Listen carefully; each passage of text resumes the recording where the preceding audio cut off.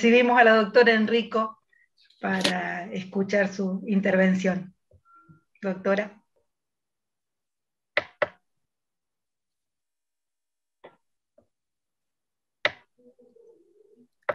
Te doy la palabra.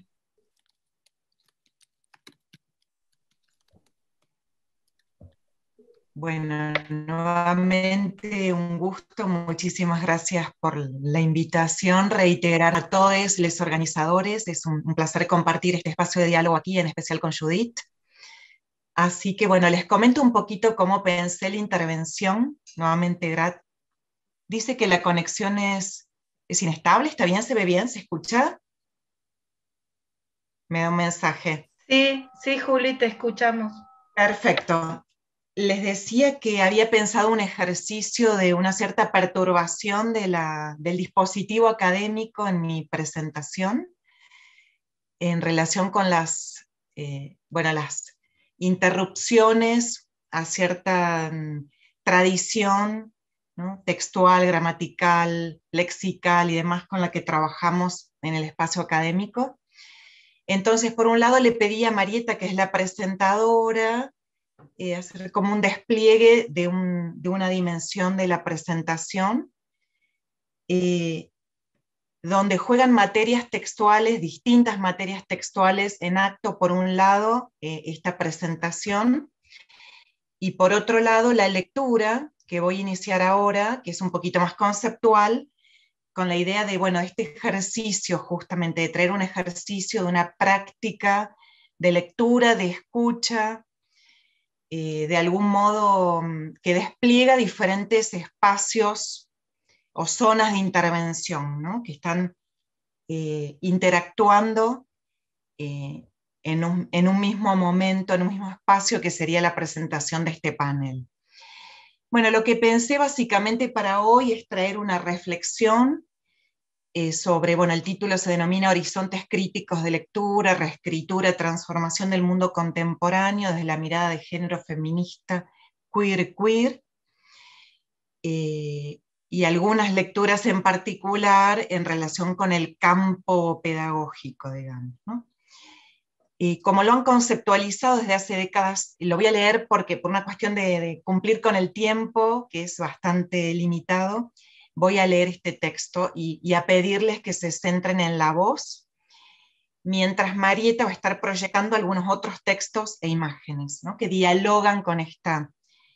presentación. Es una idea como de un intertexto que hace un juego textual, visual. Como lo han conceptualizado, decía, desde hace décadas, las denominadas pedagogías críticas y de frontera, en diálogo con las prácticas pedagógicas freirianas y con el campo de las alternativas pedagógicas latinoamericanas, el espacio educativo es permeado por una multiplicidad de elementos culturales diversos, transformadores de las lógicas hegemónicas que atraviesan largos procesos históricos. En este marco, los estudios de género y los feminismos, junto a las pedagogías críticas y los estudios de subalternidad y traducción, visibilizan en el tiempo una multiplicidad de procesos, sujetos, voces, lenguas, territorios, comunidades, saberes, luchas e identidades en pugna por no inscribirse dentro de las matrices culturales hegemónicas que imperan en el espacio social y de sus principios lingüísticos, pedagógicos, económicos, raciales, culturales, subjetivos, sexuales y genéricos universalizantes. Nos referimos, por supuesto, a la matriz letrada e ilustrada moderna. Estos discursos e identidades políticas críticas intervienen en las lógicas epistemológicas y epistémicas del mundo de la vida, atravesando las fronteras de las matrices colonial, capitalista, racista y patriarcal, con incidencia disruptiva en los espacios académicos y sociales, del norte al sur, pero también del sur al norte. Por eso nos interesa especialmente en el panel de hoy, en este diálogo, en esta superposición de textos y de voces, realizar una reflexión sobre los aportes de estos espacios en tanto horizonte disciplinario de la educación y a la crítica cultural. En términos de políticas culturales, y del currículum como artefacto cultural, tomando esta noción tal como la trabajaban en los años 90 Giroux y McLaren, desde el espacio de las pedagogías críticas de los estudios culturales, el área de pedagogías críticas de los estudios culturales. La idea es interrogar qué archivos y narrativas producir, registrar, establecer, en clave tanto educativa como memorial, para la historia y para el presente, y qué sujetos del mañana necesitamos ser desde la perspectiva de una ontología del presente histórico. Nos apremia la urgencia de afirmar nuestras políticas y roces antagonistas como comunidades democráticas en pugna por condiciones de vida más vivibles, justas e igualitarias, menos precarias y sobrevivientes, ante constantes realidades de intemperie, fragilidad, hambre, guerras, diásporas y violencias, desde nuestra condición de los sures o les de abajo del mundo contemporáneo. Reivindicamos, por ende, no solo tener vidas dignas o simplemente vivir en medio de un mundo capitalista crecientemente depredatorio, ecocida, feminicida, hambreado y en constante agonía, sino elaborar nuestro derecho a ser felices en marcos de convivencia que sostengan un real acceso a otras condiciones materiales de existencia para cada vida y cada pueblo o comunidad a lo largo del mundo entero. En este momento en la Argentina, el movimiento de mujeres indígenas por el buen vivir ha realizado una caminata de varios meses, atravesando varias provincias del territorio nacional hasta llegar al Congreso de la Nación Argentina, para denunciar a su paso la declaración de terricidio como noción jurídica, considerado un delito de lesa naturaleza y de lesa humanidad, que implica las figuras de ecocidio, genocidio, feminicidio y epistemicidio ante la creciente e irreversible destrucción de nuestros cuerpos, territorios, tomando esta noción de Capnal, de Moira Millán, referentes del feminismo comunitario e indígena, y mapuche. Todas estas fuertes acciones políticas necesitan de una coalición orgánica transfronteriza, tal como lo planteaba ya Ansaldúa en los años 80, desde el feminismo chicano, en este caso los feminismos tercermundistas del tercer mundo estadounidense, negro y de color, en Estados Unidos. Necesitamos una coalición orgánica transfronteriza que es necesario sostener a través de los múltiples feminismos y luchas sociales en todo el planeta, porque no nos queda más tiempo, condición que la pandemia ha visibilizado especialmente en el último año, pero que la Tierra y sus voces agónicas expresan y muestran desde mucho tiempo atrás. Justamente, en definitiva, la idea es exponer en esta breve presentación esta idea de tránsito de fronteras entre la traducción lingüística y la traducción cultural. La idea es exponer, decíamos, la crítica a la racionalidad occidental, tal como la analiza Ceyla Ben-Habib, justamente retomando la teoría crítica, a los teóricos de Frankfurt, o al sistema de clausura de la racionalidad occidental, tal como la conceptualiza Barthes, y a la crueldad de la racionalidad capitalista, incluido el modelo cultural del sujeto del neoliberalismo, el capitalismo Gore, como lo llaman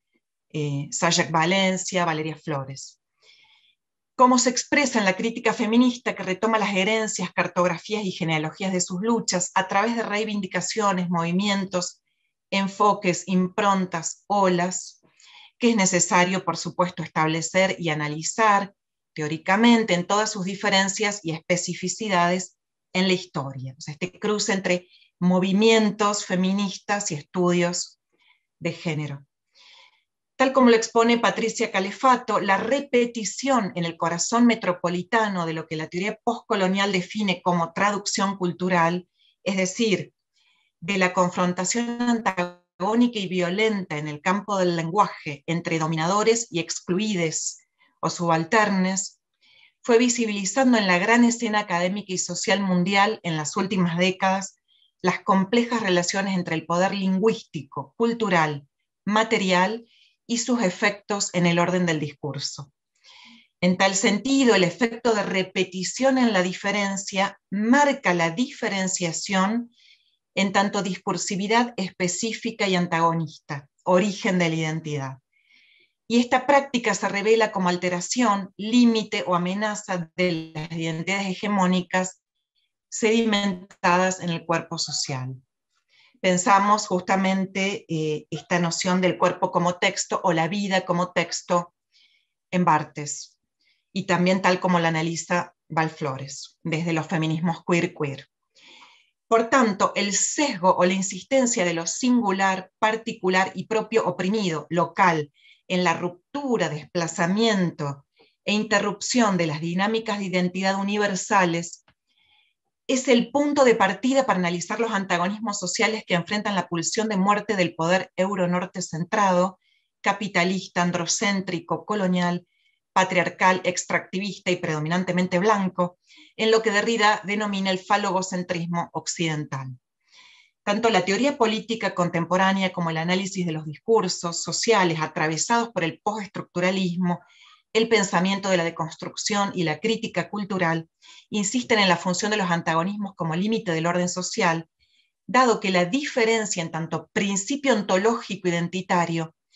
traducida en prácticas de desigualdad, no puede ser reabsorbida ni simplemente expulsada por las lógicas de identidad universalizantes.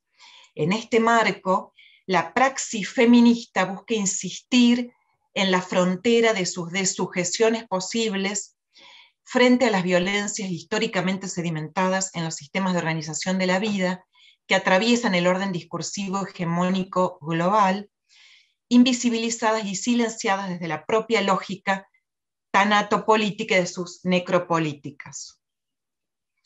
Retomando el abordaje de la diferencia en tanto noción teórica que permite pensar la negatividad radical de los antagonismos, al afirmar la condición de différance de todo acto de lenguaje, tal como lo piensa Spivak,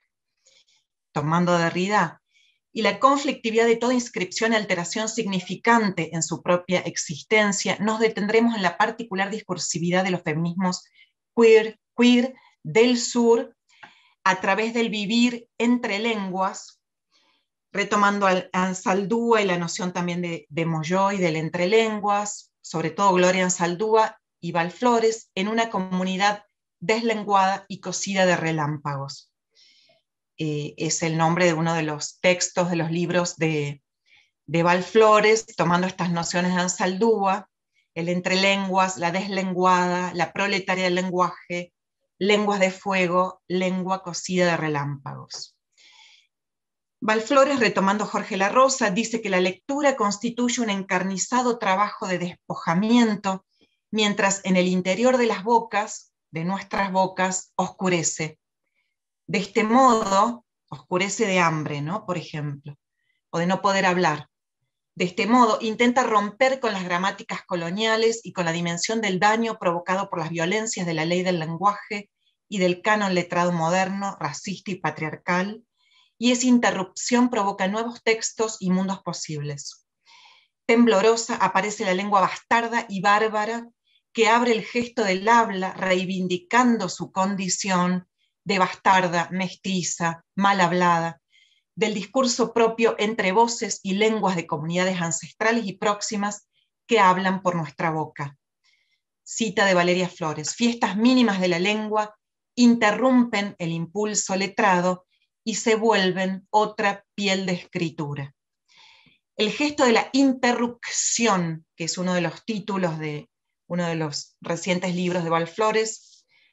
ensayos de poética activista, escritura, política, pedagogía. El gesto de la interrupción como política poética del lenguaje, tal como lo conceptualiza en este libro, esta autora activista, constituye un procedimiento afectivo de desconectar el circuito del sufrimiento infinito mediante la indisciplina de un saber que irrumpe en las coordenadas del corpus hegemónico del conocimiento, perforando la gran lengua del poder. Inversión de la mirada, giro del habla, intervalo, dice Flores. Este gesto anuncia la expresión de una experiencia otra, herida, malherida. Otros sexos y voces que pugnan por no adaptarse a la normalidad pánica imperante que nos extrae el deseo y la diferencia hasta la última gota. Al asumir el valor central de los lenguajes, justamente en la constitución de los saberes contemporáneos, Adriana Boria plantea la importancia de las teorías feministas en tanto giro teórico, infrecuentemente reconocido como tal en el campo de las ciencias sociales y humanas. No obstante, desde hace varias décadas configura un importante aporte a la teoría y el análisis social, sobre todo a partir de introducir la operación de traducción interlingüística y cultural como rasgo epistemológico crítico situado que sortea el obstáculo universalista en el acceso al conocimiento y vivencia del mundo. Lo que trabajaba como esta noción de contacto cultural también Alicia de Alba, pensando el currículum latinoamericano.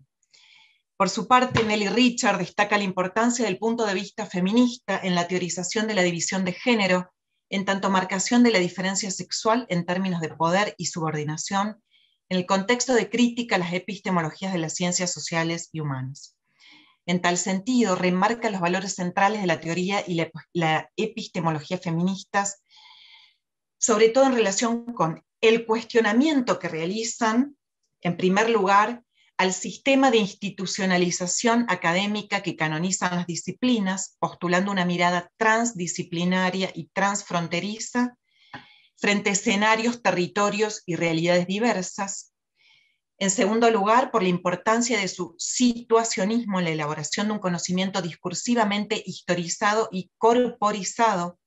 frente a la pretensión científica universalista del sistema de saber-poder de las hegemonías culturales, y por su crítica a la simbólica del pensamiento que organiza las representaciones culturales identitarias, dividiendo jerárquica y reductivamente el espacio social, al normar las relaciones entre lo igual y lo diferente con poder de ruptura y de producción de jerarquías, desigualdad y violencias en el entramado de las formaciones sociales históricas sedimentadas. En este marco, la teorización y la operación queer, tal como lo analizan Sajak Valencia, esta teórica filósofa transfeminista mexicana del norte de la frontera de México con Estados Unidos, y Valeria Flores, activista queer sudaca, latinoamericana, maestra prófuga, practicante de escrituras, masculina, lesbiana, prosexo.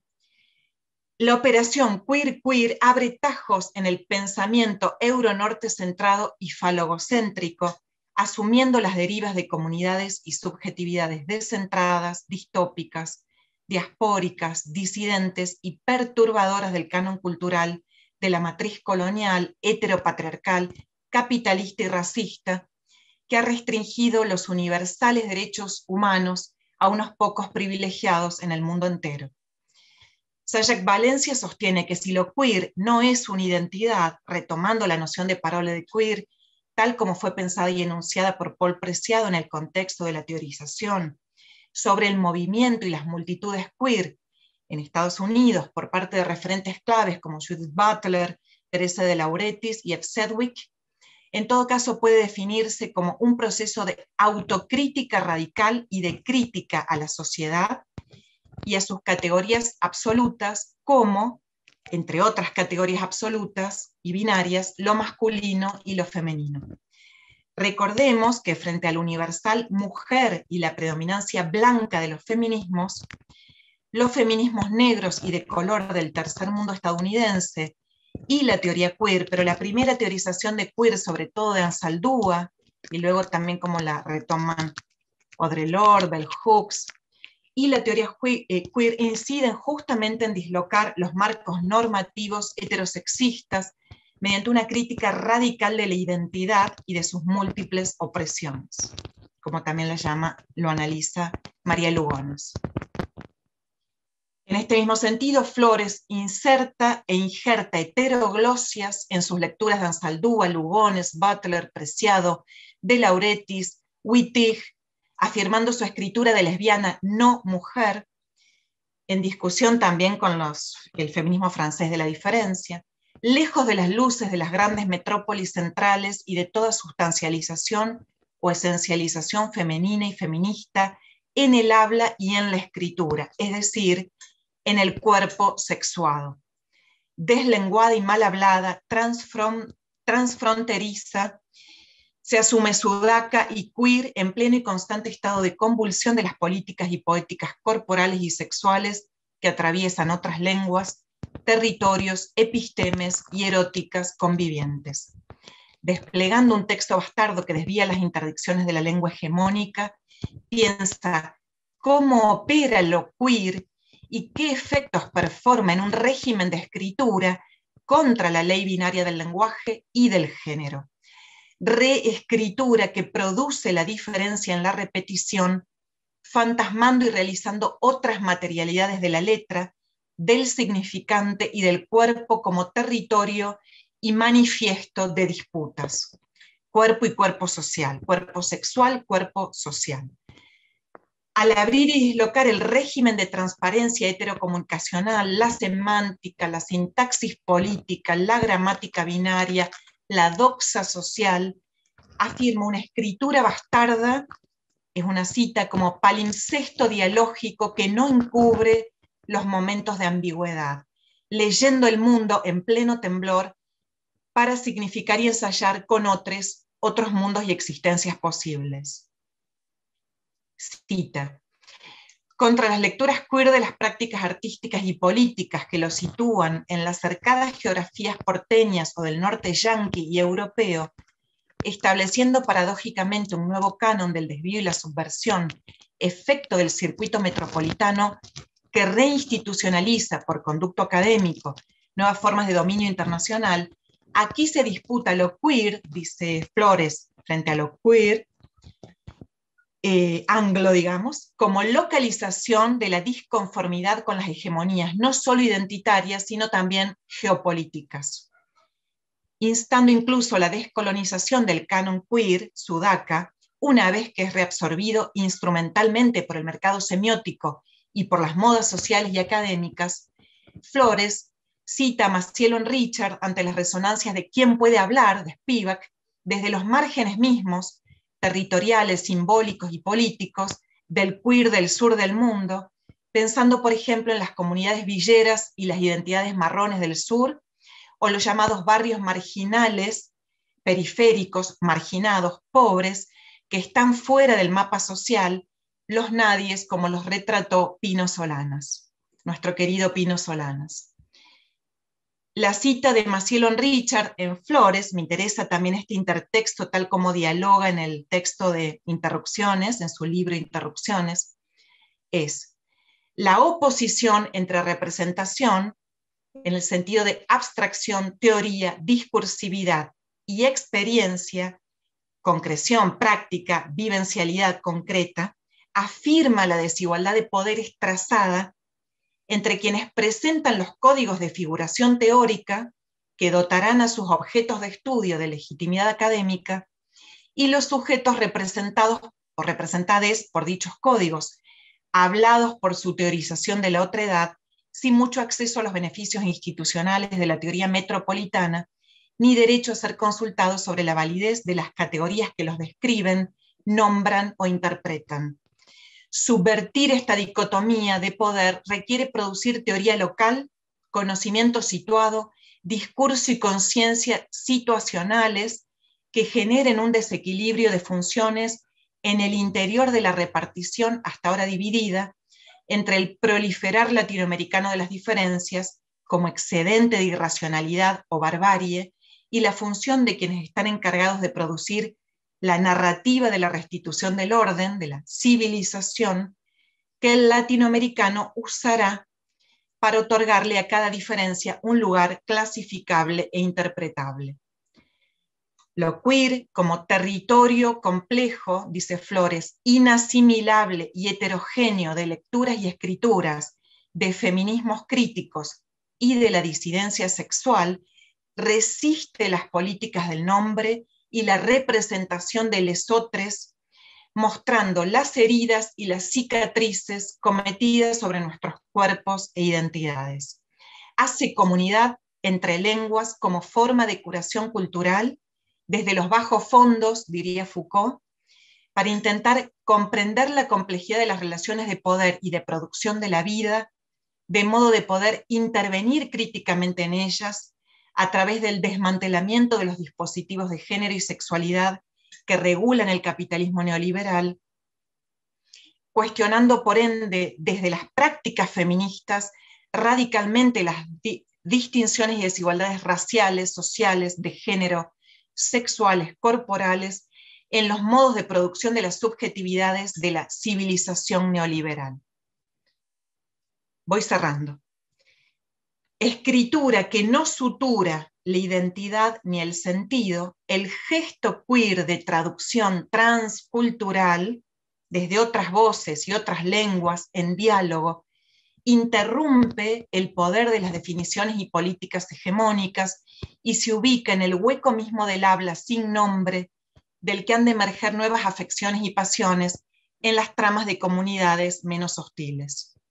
Valencia concibe este sur ante las consecuencias deshumanizantes, extractivas y violentas de los marcos de explotación del capitalismo contemporáneo Gore,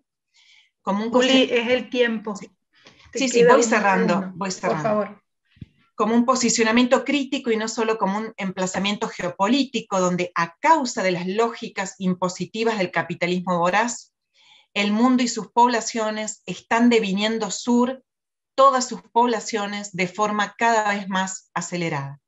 Por ende, acentúa la necesidad de una urgente insurrección en este contexto de vulneración extrema de nuestras vidas. Y aquí también aparece la operación de queerización del saber que propone Valflores. En tal línea, Flores plantea la importancia de pensar nuevamente no tanto qué es lo queer o lo queer como identidades sexogenéricas raras, sino cómo opera en términos de una crítica y una política cultural radicales, una crítica de la identidad, surgidas desde los territorios del sur ocupados, violentados y asediados históricamente. Piensa, por tanto, el sur y lo queer, sudaca y precario, como pliegue táctico, retomando esta noción de Nelly Richard. Esta operación, que aparece en los contextos metropolitanos del norte, en el caso de la América Latina mestiza, se traduce en el queer de Hooks y de Flores, en los feminismos marrones, periféricos y villeros interseccionales antirracistas que transforman en reexistencia su condición de no existir. Por ejemplo, les recomiendo ver el colectivo de identidad marrón, La Garganta Poderosa, y en los feminismos del sur,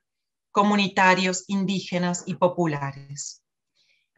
Ramona Medina no tenía agua hacía 12 días y murió por COVID a los 42 años en la Villa 31 al inicio de la pandemia, en mayo de 2020, en la Argentina, denunciando al gobierno porteño por no garantizar el derecho humano al agua, bien público y social, incluso ante las comunidades y sectores sociales más vulnerados de la capital federal, el centro político de la Argentina. Denunció al gobierno de la ciudad mediante videos en las redes sociales y junto a sus compañeros de La Garganta Poderosa, y sin agua ni río que le espere en el sueño, como decía en su poema Jerry Moraga, se murió como tantas otras del fin del mundo y al sur de la cuarentena, para retomar las crudas expresiones de Boaventura, de Sousa Santos, sobre las enormes desigualdades entre los países del primer mundo y los países periféricos y pobres que la pandemia revisibilizó a escala global. Entonces, desde la coalición activista centrada en la fiebre de un gesto y el deseo de palabras feroces, con análisis y arraigo en la ternura que surge de una furia ancestral, Flores invoca el trabajo de las palabras como para articular el acontecimiento polimorfo de pequeñas conspiraciones sensibles, poéticas y políticas desde nuestros sures, uniendo el espacio activista de la política en clave territorial, conflicto tan antiguo como contemporáneo, con paisajes íntimos, promiscuos y preciosos, de denuncia, de necesidad de deseo vital, de una intimidad tal que nos vibran en toda la piel como en un trance, entre voces silenciadas, muertos y almas en pena, conjuradas en y a través de la lengua sedienta y hablante de los desiertos. Y cierro. Dice Valeria Flores: juntar flores, besos, ganas, pieles, silencios, susurros, pérdidas, juntar a las putas con los insectos, a las tortilleras con los ríos, a las maricas con las montañas, a las campesinas con las actrices porno, a las indígenas con las dominatrices, a las trabas con los minerales, a los pobres con los bosques, a las intersex, a les intersex con el sol, y así juntarnos para respirar una hermosura multiespecie en esta estación aciaga y letal. Muchas gracias.